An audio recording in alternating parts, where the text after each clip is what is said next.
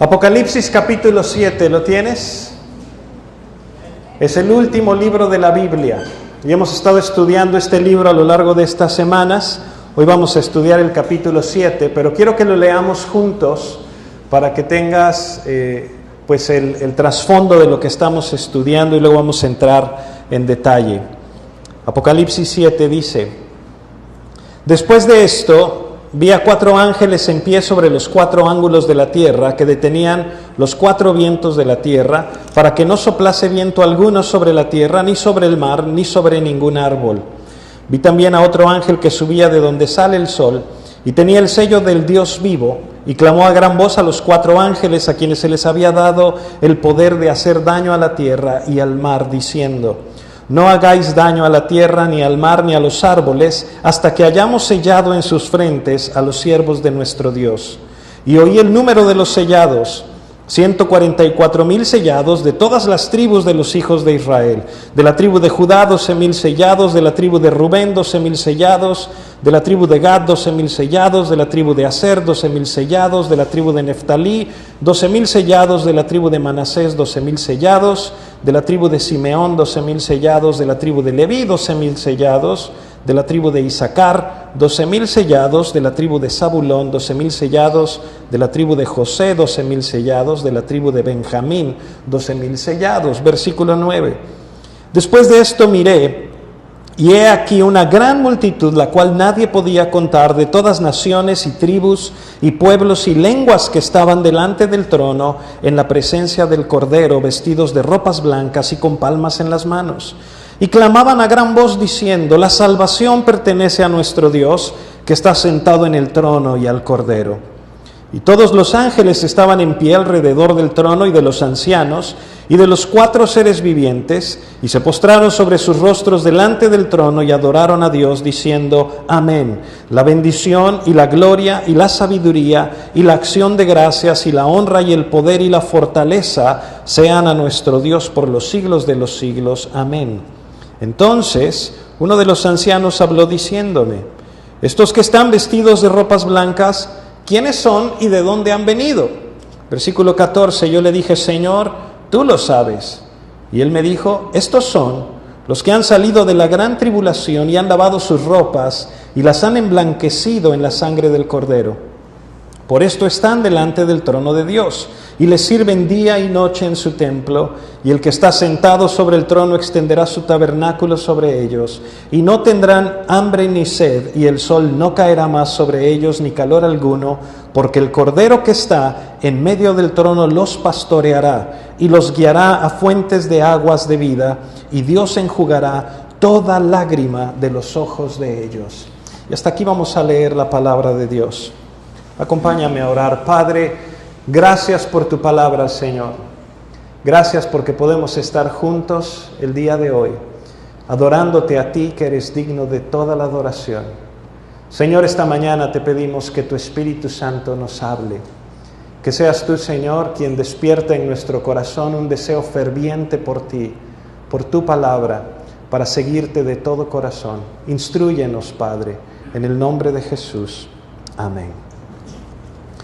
Mira, este capítulo de Apocalipsis que acabamos de leer es uno de esos capítulos que ha llevado a mucha gente a confusiones tremendas, a serios malentendidos acerca del cielo, acerca de la salvación, acerca de cuántos van a entrar al cielo y cuántos no, acerca de quiénes van a estar realmente en la presencia de Dios cuando llegue el fin de los tiempos. Por eso es tan importante que cuando leemos la Biblia seamos cuidadosos, que hagamos un estudio diligente, que lo leamos con calma y que podamos entender lo que la Biblia realmente nos está enseñando, lo que Dios nos quiere decir por medio de sus profetas y por medio de sus apóstoles. Entonces, antes de entrar en detalle, te voy a decir 3 cosas importantes. La primera es que estas cosas no se escribieron para que hicieras un calendario. ¿Estás ahí? Estas cosas Dios no le escribió para que hicieras un calendario y pudieras agarrar todo cronológicamente y decir: primero va a pasar esto, luego va a pasar esto, luego va a pasar aquello, y entonces van a pasar tantos años y ta. No está escrito de esa manera. Dios no quiere que hagamos un calendario con todas estas cosas, sino que Dios mismo nos dijo, nadie sabe el día, nadie sabe la hora, mira lo que va a suceder, y el centro del mensaje es otro más importante. Si tú te pones a querer meter todo en un calendario y a querer encontrar ciertas etapas y ciertas cosas, lo que vas a terminar haciendo es leyendo Apocalipsis y forzándolo en una cajita para que se acomode a lo que quieres que se acomode. Y en lugar de entender lo que la Biblia nos quiere decir, estás haciendo que la Biblia diga lo que tú quieres que diga. Por eso es tan importante ser diligentes. En segundo lugar, cuando lees en Apocalipsis, después de estas cosas vi esto, o después de aquello vi lo otro, no nos está hablando de una cronología, no nos está diciendo el orden en el que ocurrieron las cosas, sino que nos está diciendo el orden de sus visiones. O sea, yo vi esto ahorita y después vi esto otro y después vi esto otro, pero no necesariamente esto sigue a esto y esto a esto. Yo te puedo decir, esta mañana leí Génesis capítulo 50 y después leí el capítulo 20 y luego leí el capítulo 1. Pero no quiere decir que del capítulo 50 siga el 20 y del 20 siga el 1, sino que los leí en ese orden. Entonces es importante porque cuando estás leyendo Apocalipsis hay cosas que te está diciendo el orden de su visión, pero muchas veces esta visión y la siguiente visión te hablan de la misma cosa. No es que sean cosas diferentes. Por ejemplo, aquí en el capítulo 7 nos está hablando de lo mismo que estudiamos en el capítulo 6, pero nos lo está mostrando desde una perspectiva diferente. Te había dicho la semana pasada en el capítulo 6, por ejemplo, cuando el sexto sello se abre, es cuando viene el final de los tiempos, cuando ya llegan las últimas cosas, cuando Cristo regresa como juez. Y lo que vemos en el capítulo 7 es otra perspectiva. Nos está diciendo cómo los hijos de Dios están siendo protegidos por Él en ese proceso. Entonces mira qué impresionante es la soberanía de Dios. Porque los primeros versículos que leímos, dice que llegan los ángeles, y estos ángeles tienen el poder para hacerle daño a la tierra, para hacerle daño al mar. Y sin embargo, al estar leyendo esto, llega otro ángel que trae el sello de Dios. Y en el versículo 3 dice, no hagáis daño a la tierra, ni al mar, ni a los árboles, hasta que hayamos sellado en la frente a los siervos de nuestro Dios. Y yo no sé si a ti te pasa cuando lees la Biblia, pero a veces cuando yo estoy leyendo la Biblia, me acuerdo de experiencias o tengo recuerdos que me ayudan a comprender un poquito las cosas. Los recuerdos y las ideas que a veces se me vienen, la verdad aquí entre nos, no son muy pastorales muchas veces, pero me ayudan a comprenderlo. Por ejemplo, yo me acuerdo que cuando era chiquillo, en casa de mis abuelos, ellos vivían en México, y en el Distrito Federal se acostumbra mucho a la hora de la merienda, de la cena, cenar con pan de dulce. Entonces, había una canasta enorme en la mesa con pan de dulce de todos tipos, colores y sabores, y llegábamos todos los nietos y los tíos a cenar, y llegaba un tío de nosotros que se llama Ricardo, ya lo quemé, y llegaba el tío Ricardo y agarraba un pan de dulce y lo lamía y decía, este es mío. Y agarraba otro y este es mío. Y agarraba otro y este es mío. Y lo ponía otra vez en la canasta. Y dices tú, señor, o sea, claro que nadie iba a comerse el pan del tío Ricardo, ¿verdad? O sea, ya todo lamido ahí, el pan ese.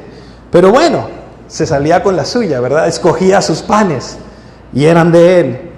Y lo que estamos viendo aquí es algo impresionante, porque es una imagen donde viene Dios y sella a los suyos, donde les dice a los ángeles, no pienses que Dios te vino a lamer, por favor, te dije que no eran ejemplos muy pastorales, pero el punto es que viene y escoge a los suyos, sella a los siervos de Él, y les dice a los ángeles, ustedes van a ir y van a traer esta destrucción, pero ¿qué crees? Este es mío, y este es mío, y este es mío. Estos son mis siervos, y es algo impresionante. Pero entonces sigues leyendo Apocalipsis y dices, bueno, ¿y quiénes son esos siervos de Dios?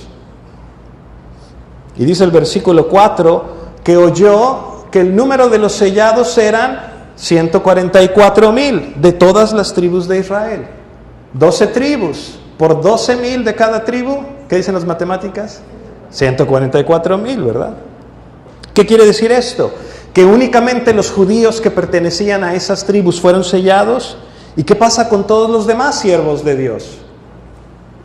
La tercera cosa que quiero decirte en cuanto a la literatura apocalíptica es que no siempre, pero generalmente, cuando estás hablando de este tipo de literatura, los números casi siempre son simbólicos.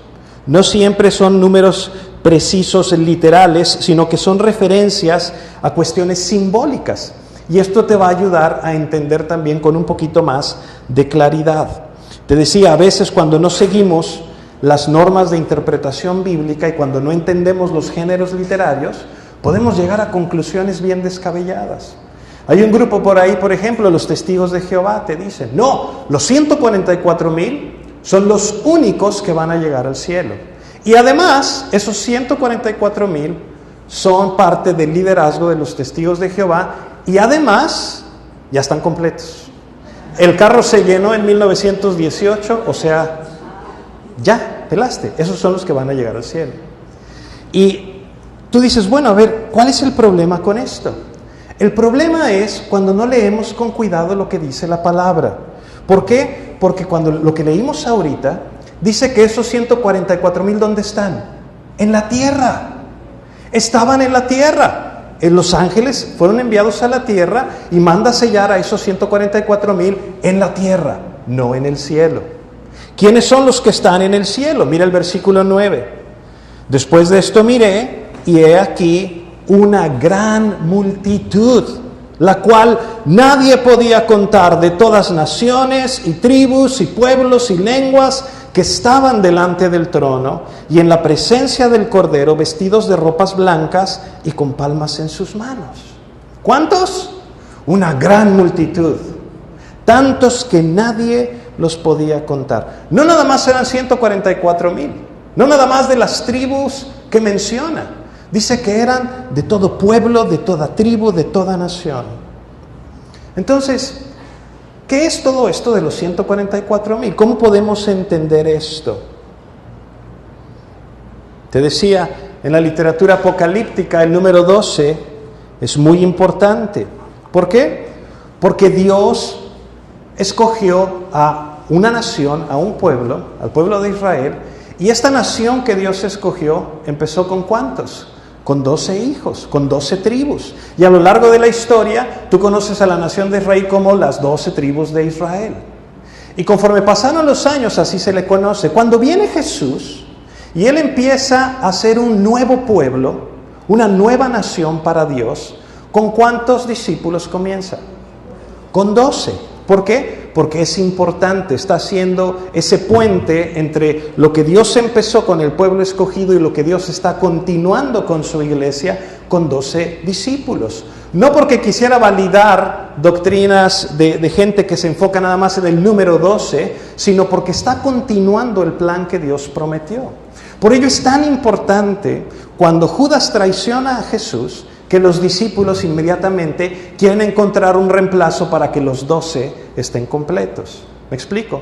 Y de la misma manera, estás viendo todas estas cosas porque te están hablando de que el plan de Dios está completo, de que es una nación santa, un real sacerdocio, un nuevo pueblo para Dios.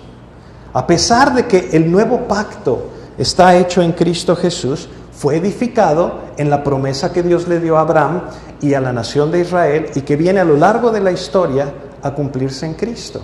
Por ello esto es tan importante para quienes leemos Apocalipsis. Entonces, Dios no se deshace de Israel, Dios los transforma.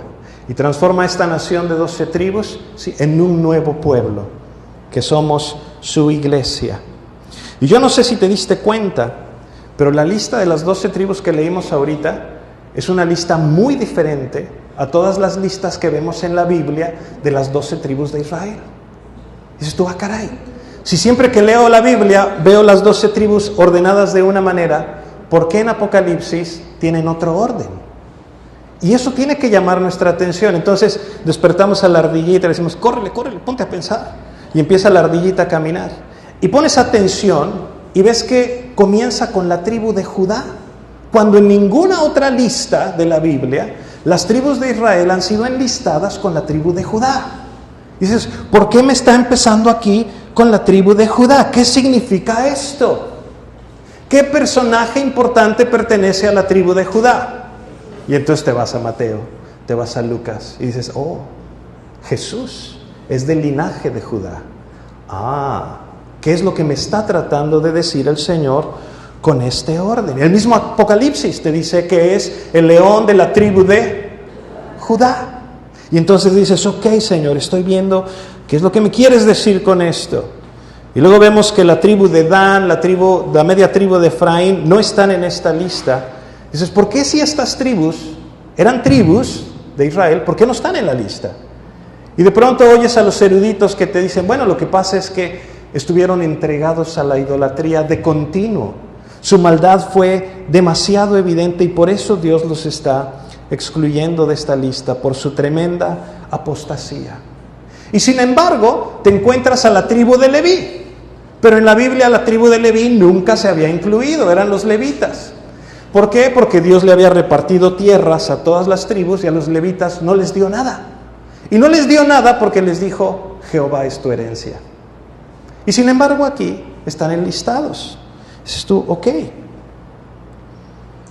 Y luego ves que en lugar de la media tribu de Manasés, ves por primera vez la tribu de José. Y si estás hecho bolas con todo esto y la tribu de y los tribus y todas estas tribus, lo interesante es que está cambiando el orden y te está poniendo cosas que antes no se habían mencionado, como poner en primer lugar a los hijos de Israel, que eran hijos con las sirvientas y no con las esposas legítimas, y los pone por encima de los otros hijos. Y dices tú, ¿qué quiere decir esto?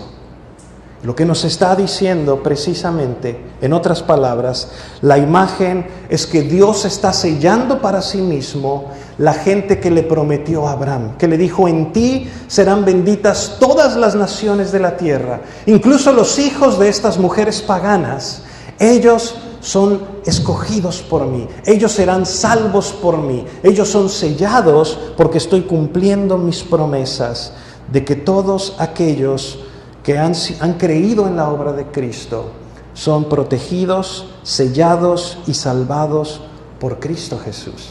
Esa es la imagen que está poniendo Juan. Ese 12 juegos de 12,000 es la manera de explicar en números redondos la totalidad de la multitud que Dios ha escogido para salvación. Está diciendo, Dios está sellando a sus hijos para que sus hijos puedan ser preservados en medio de la tribulación. Esto es algo tremendo. Y es algo tremendo y es algo muy importante. Te voy a decir por qué. Por ahí hace muchos años, un señor hizo muy popular una idea de que iba a haber 7 años de gran tribulación.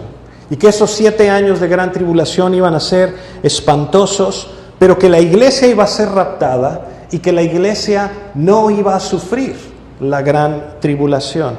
Y déjame decirte algo, esa es una idea que yo no la encuentro en la Biblia en ninguna parte, en ninguna parte. De hecho, cuando tú lees estos versículos que leímos hoy, los ángeles que están trayendo estos males sobre la tierra, los que están sellados, dice, ve y sella a los siervos de Dios, no le dice, ve y tráetelos al cielo, ¿verdad? Los va a ir a sellar en medio de la tribulación. Por si fuera poco, cuando Juan empieza a escribir esta carta, en Juan 1:9, él se identifica con las 7 iglesias y escucha lo que les dice. Yo, Juan, vuestro hermano y copartícipe vuestro, ¿en dónde? En la tribulación. ¿Cuál es el llamado del Nuevo Testamento? El llamado del Nuevo Testamento es que aquellos que hemos creído en Jesús, debemos permanecer, debemos perseverar en medio de las pruebas, en medio de las dificultades, en medio de la tribulación, que Dios nos va a dar la fuerza para resistir. Y esa idea de que cuando las cosas se ponen duras, corres a tu embajada porque soy ciudadano americano y te van a salvar, y va a venir y van a salvar a la iglesia y se la van a llevar de en medio de las dificultades, es algo que es completamente ajeno a lo que enseña la Biblia. Yo no lo veo ahí. Jesús le dice a la iglesia en Tiatira, hey, vas a pasar por gran tribulación. Pedro mismo, tú lees las cartas de Pedro y te dice, ¿sabes qué? Para esto fuiste llamado, para pasar por estas cosas. No te sorprendas cuando lleguen, pero yo voy a estar contigo, yo te voy a fortalecer, yo estaré a tu lado. El versículo que a mí me ayudó a entenderlo con más claridad fue Filipenses capítulo 1, verso 29. Escucha lo que dice. A vosotros os es concedido, o sea, es una concesión, es un regalo de Dios. A ti se te ha dado un regalo, se te ha concedido a causa de Cristo, no solo que creas en Él. ¿Qué quiere decir esto? Sabemos que somos salvos por gracia, porque es un regalo de Dios. Entonces, Él nos concedió el poder creer en Cristo. Pero dice, de la manera que se te ha concedido poder creer en Cristo, dice, también que padezcáis por Él. Y lo pone en el mismo nivel. Se te ha concedido creer en Él y se te ha concedido padecer por Él. ¡Wow! O sea, esto es algo tremendo, en la misma concesión. De modo que ese sentimiento escapista de a mí me van a llevar y a ustedes que se los lleve el tren, no es lo que estamos leyendo en la palabra. Es una manera de rechazar la voluntad de Dios para lo que nos ha llamado. Nos ha llamado a servirle, nos ha llamado a creer en Él y nos ha llamado a que cuando padezcamos sufrimiento, permanezcamos, confiemos, aguantemos, porque va a ser algo temporal. Porque el Señor nos va a dar un lugar donde no habrá más sufrimiento, donde vamos a estar completos en una recompensa eterna cuando hayamos resistido hasta la muerte. Hebreos 12:3 dice, considerad a aquel que sufrió tal contradicción de pecadores contra sí mismo, para que vuestro ánimo no se canse hasta desmayar, porque aún no habéis resistido hasta la sangre combatiendo contra el pecado. Entonces realmente parece que el periodo de tribulación comenzó con la iglesia, con la primera iglesia. A partir después de la resurrección, la ascensión de Cristo, la iglesia empezó a pasar por tribulación. Es lo que Pablo llama en Romanos 8:22 dolores de parto. Y si es que estos son dolores de parto y parece que justo antes del fin se van a acrecentar y la cosa se va a poner color de hormiga. Y a lo mejor va a haber una persecución más orientada hacia la iglesia y a lo mejor va a ser más intencional en contra de los cristianos, en contra de Cristo, pero un periodo que no necesariamente tienen que ser exactamente 7 años literales. ¿Por qué te digo esto? Porque cuando está Juan en el cielo, ¿te acuerdas que le dice, ves a toda esta multitud? Y le dice, ¿quiénes son? En el versículo 14 dice, estos son los que han salido de la gran tribulación. Si fuera un periodo de 7 años, no encajaría una multitud que nadie puede contar para solamente 7 años de tribulación. ¿Sabes en dónde más escuchamos que los siervos de Dios son sellados por Él? Fíjate qué interesante. Efesios 1:3. En Él también vosotros, habiendo oído de la palabra de verdad, el evangelio de vuestra salvación, y habiendo creído en Él, fuiste sellado con el Espíritu Santo de la promesa. O 2 Corintios 1:22, el cual también nos ha sellado y nos ha dado las arras del Espíritu en nuestros corazones. Bueno, ¿y qué quiere decir todo esto? A lo mejor te preguntas. Este capítulo de Apocalipsis nos está diciendo, nos está recordando, tú tienes una herencia espiritual.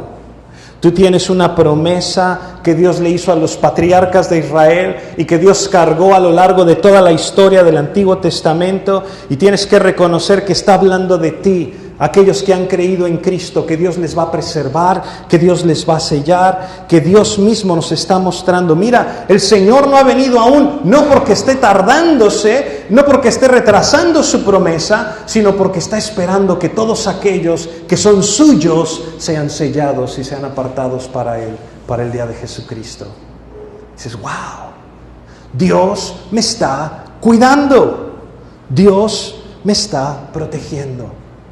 ¿Y cuántos son? Una gran multitud. Una gran multitud, la cual nadie podía contar, de todas naciones, tribus, pueblos, lenguas, que estaban delante del trono y en la presencia del Cordero, con ropas blancas, con palmas, adorando al Señor en gran fiesta, y clamaban a gran voz: la salvación pertenece a nuestro Dios, que está sentado en el trono, y al Cordero. Y todos los ángeles, dice, estaban alrededor del trono y de los ancianos y de los 4 seres vivientes, y se postran sobre sus rostros y adoran a Dios y dicen: amén. La bendición y la gloria, la sabiduría, la acción de gracias, la honra, el poder, la fortaleza sean a nuestro Dios por los siglos de los siglos. ¿Te das cuenta cuál es la exhortación preciosa que Dios está haciendo aquí? Lo que nos está diciendo en otras palabras es: hey, estás bajo la protección de Dios. Estás bajo el cuidado de Dios, y no nada más bajo su protección. Nos está diciendo: vas a estar delante de su trono, vas a recibir todas las promesas que Dios le dio por medio de sus profetas, por medio de sus apóstoles a lo largo de toda la historia, es decir, por medio de su palabra. Sus promesas son tuyas, y Dios se asegura de que las recibas, y Dios te sella y te da la garantía. Y déjame decirte, eso tiene que llenarte de paz, eso tiene que llenarte de confianza. Cuando los cristianos del primer siglo leyeron esto y estaban siendo perseguidos por el imperio, y estaban siendo quemados como antorchas vivas en estacas, y estaban siendo aprisionados y torturados, y leyeron esto y tenían una confianza en decir: ¿sabes qué? Esto es temporal. No importa lo que estés sufriendo, no importa el tamaño de los problemas. La iglesia del primer siglo y tu vida, esos cristianos y nosotros, no somos muy diferentes.